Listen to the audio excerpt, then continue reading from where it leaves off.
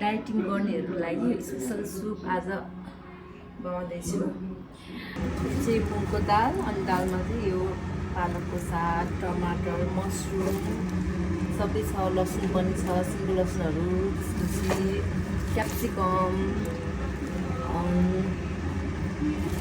त्यसपछि यो अनियन काटेको, ग्रिन चिल्ली, अनि यो चाहिँ अदुवा, किसेको अदुवा है त।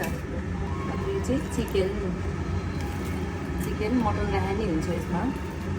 यसमा चाहिँ थोरै बेसार अनि थोरै राखेर सिटी लगाउने, 4-5 सिटी चाहिँ लगाउनु पर्छ। अनि नेचुरली योभन्दा केही पनि नराख्ने, ठुलो मसलाहरू केही पनि नै, यति भनेपछि इनफ।